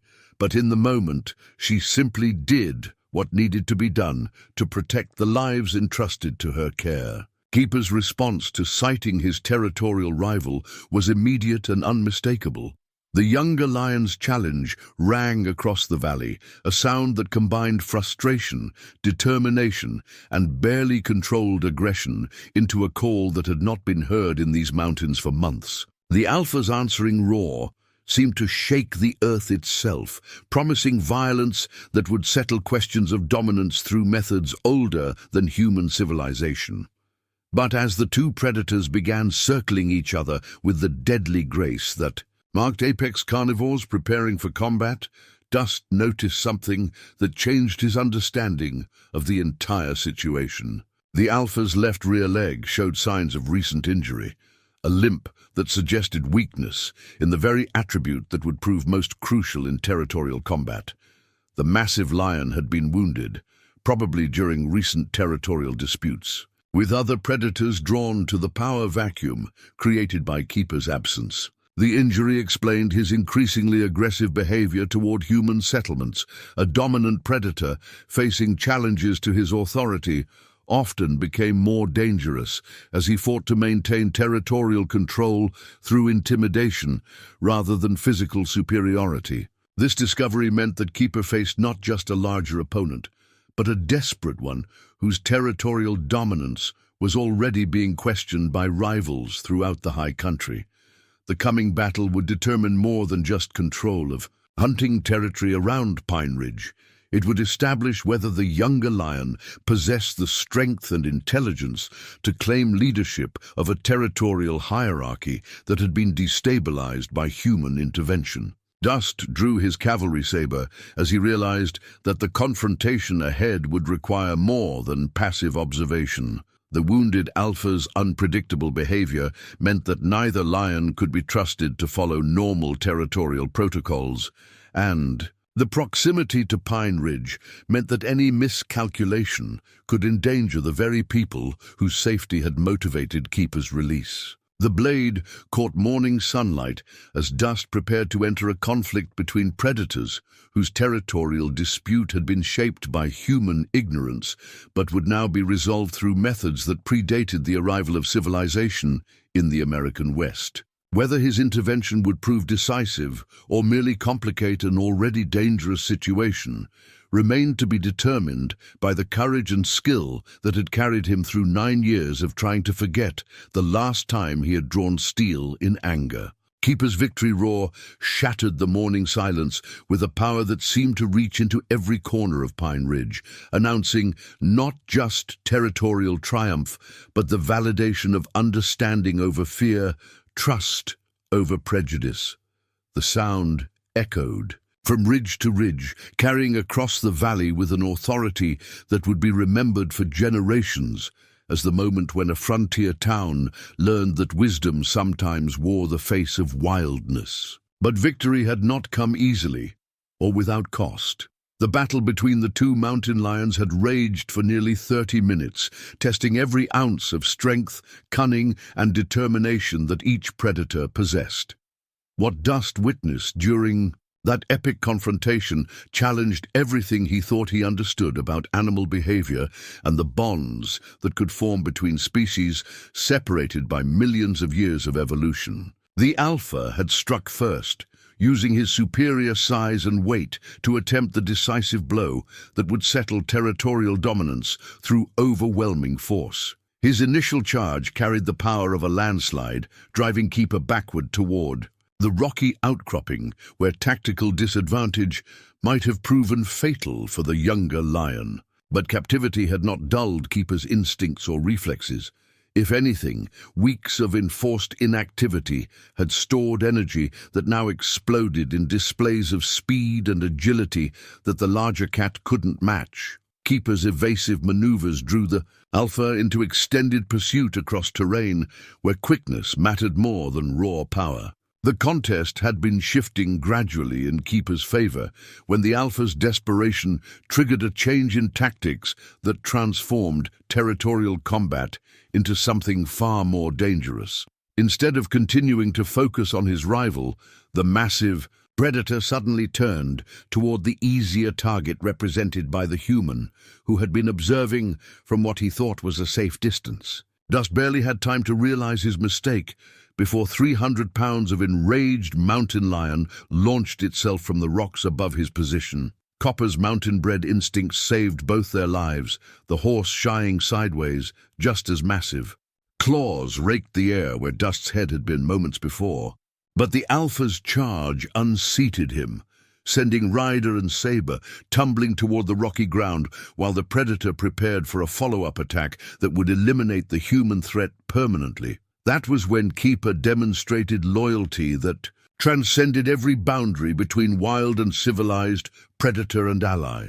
Without hesitation, the younger lion threw himself between the alpha and the fallen human, absorbing the larger cat's fury with a courage that spoke of bonds forged through weeks of patient trust-building. The intervention created an opening that Dust's cavalry training had prepared him to recognize and exploit. Rolling to his feet with saber raised, he found himself fighting alongside a mountain lion in combat that required coordination between species that had never before shared such desperate partnership. Dust's role was not to match the alpha's physical power that would have been suicide for any human, regardless of experience. Instead, he used his mobility and reach to distract the larger predator at crucial moments, creating opportunities for Keeper to press advantages that might otherwise have been lost to the alpha's superior size. The saber proved its worth, not as a killing weapon, but as a tool for disrupting the alpha's attack patterns. Dust's precisely timed movements forced the larger lion to divide his attention between two very different types of opponents, preventing the focused assault that might have overwhelmed either defender alone. But the decisive moment came when Keeper demonstrated intelligence that exceeded normal predatory cunning. Instead of continuing to match the alpha's brute force with desperate aggression, the younger lion began using the terrain to his advantage, drawing his opponent toward rocky ground where the injured leg would prove most problematic. The alpha's weakness became apparent as the battle moved across increasingly treacherous footing. Each leap and landing stressed the damaged limb, gradually reducing the larger cat's mobility until his superior size became more liability than advantage. Keeper's strategy required patience that seemed impossible in the heat of mortal combat, but weeks of learning to trust human intelligence had taught him the value of planning beyond immediate instincts. The end came not through killing blow, but through the alpha's recognition that continued combat would cost more than victory was worth. The massive predator's retreat was dignified rather than panicked, a tactical withdrawal that acknowledged Keeper's claim to the disputed territory without admitting permanent defeat. But instead of pursuing his advantage to ensure the alpha's elimination, Keeper made a choice that surprised everyone who witnessed it. The victorious lion allowed his rival to withdraw into the high country, establishing new territorial boundaries through strength rather than slaughter. The townspeople, who had gathered at safe distances throughout the confrontation, began emerging from cover as word spread that the battle was over. Sheriff Coleman arrived with a group of armed volunteers who had been prepared to intervene if the situation deteriorated beyond control. Dr. Winters hurried toward the scene with his medical bag, recognizing that both man and lion would need attention after their ordeal. Sarah Milhouse was among the first to approach the aftermath, her relief at seeing Dust alive and Keeper victorious evident despite her efforts to maintain composure. The children she had evacuated to safety would later claim they heard the battle from the church basement, though their accounts would grow more dramatic with each retelling. Dust surveyed the scene of combat, while Dr. Winters examined the superficial wounds he had sustained during his fall. Keeper remained alert but relaxed, showing none of the aggressive tension that had marked the pre-battle period. The lion seemed to understand that territorial questions had been settled through strength rather than savagery. More significantly, Keeper made no move to pursue the retreating alpha or to reclaim the high country hunting grounds that had been his before capture.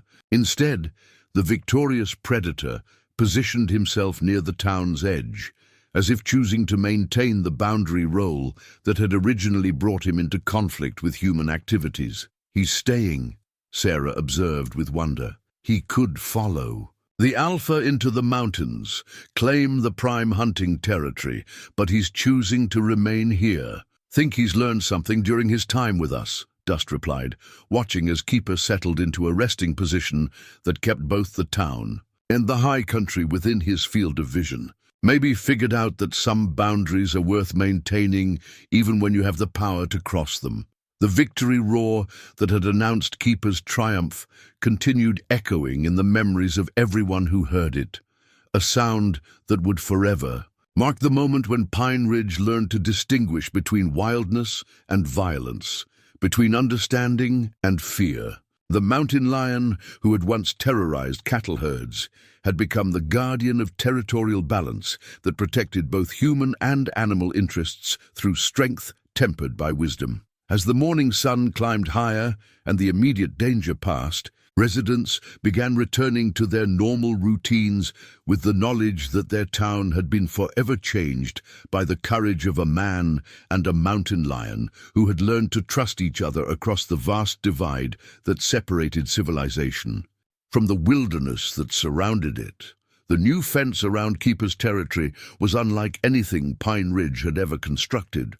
Not a barrier designed to keep danger out or animals in, but a boundary that marked respect for wildness while celebrating the integration of nature with civilization. Built by volunteers from throughout the community during the early weeks of winter, the fence consisted of split rails and carved posts that defined the area where Keeper had chosen to maintain his domain on the edge of town. 3 months had passed since the territorial battle that transformed both the mountain lion and the community that had learned to understand him. The fence represented more than practical boundary marking. It was Pine Ridge's acknowledgement that some relationships between human and animal transcended the traditional categories of domestication and wildness, creating new possibilities for coexistence that challenged everything frontier culture had taught about managing dangerous wildlife. Keeper roamed freely within his chosen territory, an area that stretched from the creek behind the schoolhouse to the ridge overlooking Morrison's ranch. The boundaries seemed to have been selected with intelligence that impressed even those residents who remained skeptical about the wisdom of harboring a mountain lion so close to civilization. His domain provided hunting access to natural prey, while maintaining the buffer zone that kept larger predators away from human settlements. The children of Pine Ridge had become the primary beneficiaries of their town's unusual relationship with its feline guardian. Sarah Millhouse had developed a new curriculum that incorporated wildlife observation into daily lessons, teaching students to recognize animal behavior patterns and understand the ecological relationships that governed frontier life. Look at how he moves when he's hunting versus when he's simply patrolling, Sarah would explain during their outdoor lessons, pointing toward Keeper's distant form as he investigated his territory. Those different postures tell us about his intentions and help us predict whether we should maintain distance or simply continue our activities. The educational value of observing a wild predator in semi-natural conditions proved immeasurable for children who would spend their lives in country where understanding animal behavior could mean the difference between safety and danger. Keeper had become an inadvertent teacher whose lessons in respect for wildness would benefit generations of frontier residents. Dr. Winters had documented the entire experience in a scientific paper that was eventually published by the American Journal of Natural History, bringing Pine Ridge to the attention of naturalists throughout the country. His detailed observations of mountain lion territorial behavior, social adaptation, and human-animal communication challenged existing theories about predator psychology and conservation management. The case of Pine Ridge demonstrates that apex predators possess cognitive flexibility that exceeds current scientific understanding, he wrote in his conclusion. When approached with patience rather than prejudice, these animals reveal capacities for learning and adaptation that suggest new possibilities for wildlife management in settled territories. Mayor Hawkins had implemented policies that formalized the lessons learned during the crisis, establishing protocols for wildlife encounters that emphasized observation and understanding over immediate elimination of perceived threats. The new guidelines required consultation with qualified observers before any dangerous animal could be destroyed, preventing future repetitions of the mistakes that had nearly cost both Keeper's life and the town's safety. Morrison's transformation had been among the most remarkable changes triggered by the experience. The rancher who had led demands for Keeper's immediate execution had become one of the most vocal advocates for the mountain lion's continued presence near Pine Ridge. His conversion began the day he approached Dust with an apology that reflected genuine remorse for his prejudgment and fear-driven behavior. "Was wrong about everything," Morrison admitted, his weathered face showing the humility that marked a man confronting his own errors. "Spent so much time being afraid of what that cat might do that I never bothered learning what he was actually doing. Took nearly losing everything to recognize the difference between real danger and imagined threats." The cage that had once confined Keeper now served as a gazebo in the town square, its iron bars removed and replaced with flowering vines that transformed the structure into something beautiful rather than fearsome. Children played around the repurposed prison while their parents conducted business and social conversations, creating a daily reminder that understanding could transform even the most frightening symbols into sources of community pleasure. Dust made regular visits to the former cage, though his purposes had evolved from the daily observations that had built his relationship with Keeper to quiet moments of reflection about the journey they had shared. The wooden bench where he had once sat maintaining careful distance from a dangerous predator now provided a place for contemplating how trust could bridge the vast distances between species, cultures, and ways of understanding the world. "Never thought I'd learn so much from something that scared me so badly at first," he murmured, during one evening visit, watching as Keeper emerged from the forest to drink from the creek that ran beside the town square. The lion's presence had become as natural a part of Pine Ridge's rhythms as sunrise and sunset, a wildness that enriched rather than threatened the community's daily life. Sarah's pregnancy had been announced during the first week of December, bringing news that transformed personal joy into community celebration. Her relationship with Dust had deepened through their shared experience of advocating for understanding over fear, creating a partnership that would soon expand to include new life that would grow up knowing that wildness and civilization could coexist through mutual respect, rather than mutual suspicion.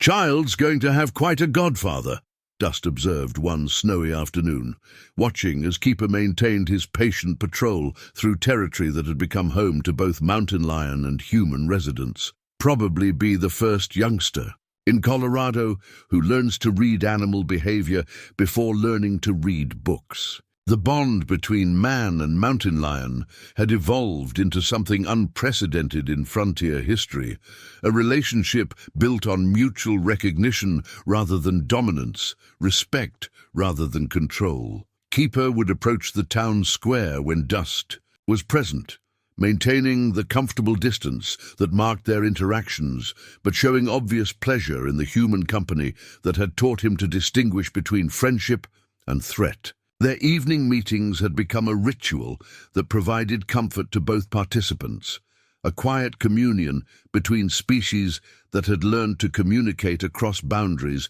that most people considered insurmountable. Dust would bring his leather journal to record observations about seasonal changes and animal behavior, while Keeper would settle nearby to rest in the security that came from knowing his territory was respected by the humans who shared it. On this particular evening, as snow began falling softly across the valley and the lights of Pine Ridge twinkled like stars scattered across the darkening landscape, Dust reflected on the transformation that had changed both his life and the life of the community he had come to call home. The lonely cowboy, who had once preferred solitude to society, had discovered that understanding could create connections more valuable than the safety of isolation. Keeper rose from his resting place and approached closer than usual, his amber eyes reflecting the lamplight from town in a gaze that seemed to acknowledge the journey they had shared. For a moment that felt suspended outside normal time, man and mountain lion regarded each other with the mutual respect that had replaced fear on both sides. "Well, friend," Dust said quietly, "looks like we both found what we were looking for, even if it wasn't what either of us expected." The mountain lion, who had once been caged by human fear, now roamed free through territory defined by human understanding, while the man who had once been imprisoned by memories of war had found peace through learning that trust could transform even the most dangerous relationships into sources of strength and hope. As the snow continued falling and the lights of Pine Ridge created a warm glow against the vast darkness of the Colorado wilderness, Dust and Keeper maintained their quiet vigil together, guardian and friend, wildness and wisdom, sharing the edge between civilization and nature, where both had learned that home was not a place, but a state of understanding that made even the most unlikely partnerships possible.